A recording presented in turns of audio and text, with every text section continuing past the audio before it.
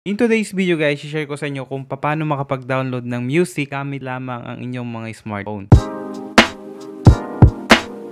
Yo, what's up guys? Welcome back kung bago pa lang sa channel. What's up? Ako pala si Aris. In today's video guys, eto na po yung pinaka-ultimate tutorial ng mga tutorial kung paano makapag-download ng music gamit ang inyong mga smartphone. Kasi nga po, nandito na po lahat ng mga tutorial na kung saan po pwede kayo makapag-download ng music. Depende po kung saan nyo siya gagamitin. Okay? So, may mga nagda-download kasi ng music, akalin nila pwede nilang gamitin sa kanilang content creation. Hindi pala po pwede. So, nandito yan kung saan kayo po pwede mag-download, paano mag-download. Ngayon, yung iba naman, gusto lang nilang mag-download para madagdag sa list or sa kanilang music library para kung sakaling wala silang load, makapag-play pa rin sila ng mga gusto nilang kanta ng offline kahit walang load na nandito na sa kanilang music library. So, nandito lahat yan and maglalagay ako ng timestamp yan sa description ng video para pindutin nyo na lang and mareredirect kayo sa part na yon. Kasi nga, baka matagalan kayo, maboring kayo dito sa video natin, maglalagay na lang ako ng oras kung saan mag-uumpisa yung mga part na yon. So, unahin ko, ilalagay ko dito. Unahin ko is kung paano mag-download ng music para sa content creation mo sa YouTube. Yun yung una. Pangalawa, paano mag-download naman ng music para sa yung content creation naman sa Facebook. Kasi iba yung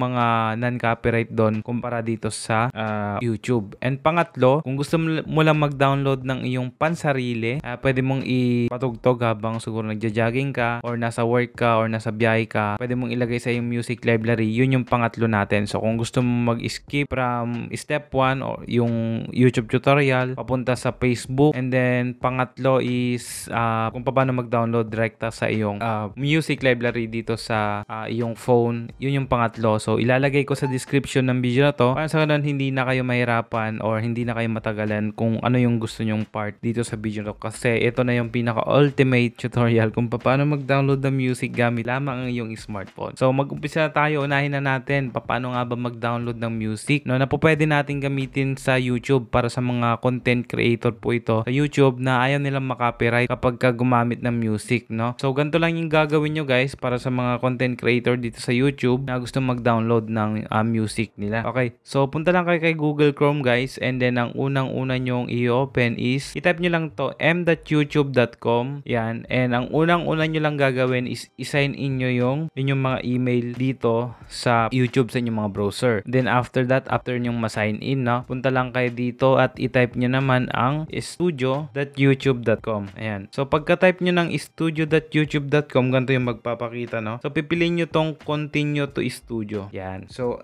after nyong magawa yon is mare-redirect kayo sa YouTube Studio. So dito na kayo po pwede makapag-download ng music na no copyright at pwede nyong gamitin sa mga content creation nyo para sa ganun ma-monetize nyo yung inyong mga video sa YouTube and po pwede kayong kumita. Okay. So dito tayo guys, makikita nyo dito sa may left side, dito sa may part na to, no? So makikita nyo dito yung music icon. Yan, music icon. So eto siya. So ang gagawin nyo lang guys, i-tap nyo lang dyan. And then kung familiar kayo, no, sa sikat na music na ginagamit ng mga gamer, which is Cinefx, pwede nyo rin siyang gamitin sa inyong mga vlog kasi magaganda yung kanyang mga music, mga hip-hop, ganon. So nandito yung kanyang mga song and po pwede natin siyang i-download dito. Pwede natin gamitin sa ating mga vlog. So para ma-download nyo pala yung mga kanta dito, for example, mag-filter out tayo dito ng hip-hop, no? So i-type nyo lang yung or itatap nyo lang yung filter icon dito. Yan, itap nyo lang yan and then magpapakita yung track title, genre, mood. So pipiliin ko yung genre, ipipiliin ko ang hip-hop and then may apply dito. Tap nyo lang yung apply and then yan, mapipilter out na yung mga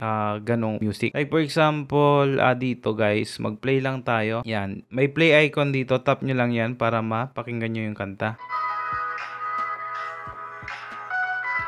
Yan. May mga music, may mga kanta rin. So, bahala na lang kayo mag-explore. Ngayon, for example, ito yung gusto mong i-download. I-zoom out mo lang and then punta ka dito sa my right side. Pagka-play mo or pagka-select mo nung kanta, may makikita ka ditong, yan, may makikita ka ditong download. Ayan. So, i-tap mo lang yan. Then, yan, automatically, magda-download na yan. No? So, ayan, nakikita nyo. So, X ko lang. So, kapag ka na-download nyo, syempre, ayan, pwede nyo na siyang gamitin sa inyong mga content creation sa YouTube na hindi kayo nababahala sa copyright. Okay, so ganun lang kasimple sa YouTube guys. So proceed na tayo sa next. Para sa mga Facebook content creator naman, sa mga gumagawa ng reels or mga vlog nila sa Facebook, dito naman kayo po pwede makumuha ng mga music para sa inyong mga vlog sa Facebook. Para sa ganun hindi kayo makopyright, and at the same time pwedeng ma-monetize yung video ninyo. Po pwede kayong kumita sa mga video pinaghihirapan yung i-edit or video pinaghirapan yung isipin kung paano siya gawin para hindi masayang yung inyong mga effort. So dito guys, ang gagawin nyo naman, halos parehas lang din naman sila. Sa inyong mga browser, mag-login lang kayo sa Facebook, sa inyong browser, no? So first of all, login lang muna sa ating mga Facebook. So i-type nyo lang ang facebook.com, no? facebook.com and then login lang. Okay? So ako naka-login na ako. So ang gagawin nyo lang, i-login nyo lang. So wait lang natin, medyo mahina yung signal. So basta basically magla-login lang kayo. After kayo makapag-login dito sa Facebook, sa browser, no? Kaya naka-login na ako. Ang pangalawang gagawin nyo guys, open lang tayo ng panibagong tab. I-type nyo dito ang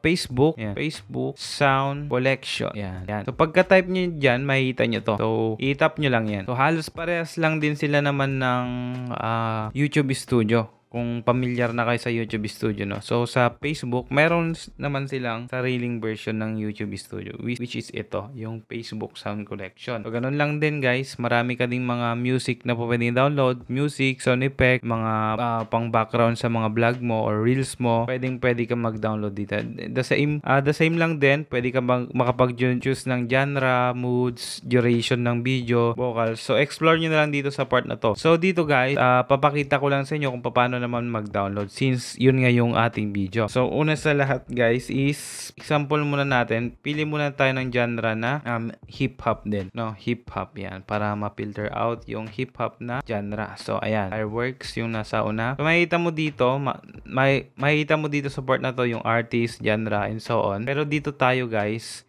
titingin. So, para mapakinggan natin, syempre, tap natin yung play icon. Yan, wait lang natin. So, medyo mahina yung signal natin ngayon, no? So, basta ganun lang kasi i-play mo lang siya. Parehas din dun sa YouTube Studio, no? Play mo lang siya. Tapos, kung gusto mo yung kanta, i-tap mo tong download icon, no? Since hindi pa siya nagpi-play, for example, napakinggan mo na yung kanta, yung tugtog, gusto mo yung kanta, ganun lang din. Ayan, nag-play na siya. So, ayun, kung gusto mo yung kanta na yon, gusto mo siyang i-download, gusto mo nang gamitin para ma-edit na sa yung video, tap mo lang yung download icon. Ang kita naman dyan. And then, ayan, magda-download na siya. So, ganun lang kasimple. Pwede mo siyang gamitin sa editor mo sa video. Kung anong ginagawa mong pang-edit, pwede mo siyang ilagay doon. And then, pwede siyang gamitin nung wala kayong copyright sa YouTube at saka sa Facebook. Now, sa pangatlo naman, no, kung gusto mo namang mag-download para sa iyong music library dito sa iyong phone, no, direct ka YouTube, yun yung pangatlong method natin. So, yung step na yun is hindi ko siya po pwedeng ilagay dito sa YouTube, dito sa video natin. So, i-upload ko siya sa ating Facebook, no? Dito sa Facebook page natin. So, search nyo lang itong Toots ni Harris. Yan. So, dito ko siya ipopost guys. Para sa ganun ay mapanood nyo yung full video kasi nga hindi po pwedeng mag-post dito sa YouTube ng ganong klaseng tutorial, no? Hindi siya pwede dito. So, ilalagay ko siya dito sa ating Facebook page. Eto guys, ang pinaka-ultimate tutorial. Para sa ganun, makapag-download kayo ng any song na gusto nyo, kahit sinong art, unlimited download. Ilalagay ko sa Facebook page ko na to. And then, kahit hindi nyo na siya i-search sa Facebook, yung mismong video, ilalagay ko sa description ng video na to, no? Para i-click nyo na lang and then mare-redirect kayo sa pangatlong step natin, which is yung paano mag-download naman para sa inyong mga music library. Like for example, kung gusto nyo i-download yung bagong song ni Flo G na high score, no? So, po pwede nyo siyang gawin dito sa step 3 natin. So, make sure na panoorin nyo po yung ating step 3. Ilalagay ko po siya sa ating Facebook. Link in the description yung kanyang video link, no? Para mapanood nyo sa Facebook. So, I hope na nakatulong sa inyo itong video na to guys. Kung nakatulong man guys, please give this video a like. And kung may mga katanungan kayo, no, let me know lang dyan sa comment section. Baka may hindi ako na-explain ng masyado sa inyo or hindi nyo naintindihan. Let me know lang dyan sa comment section para maipaliwanag ko rin na mabuti. So makain nyo lang sa akin mga kaibigan. Again guys, this is Harris. Kung may mga suggestion po kayo para sa ating mga future video, let me know lang din dyan sa comment section. Yun sa mga kaibigan. Again guys, this is Harry. See you again on the next one. Maraming salamat po. Peace.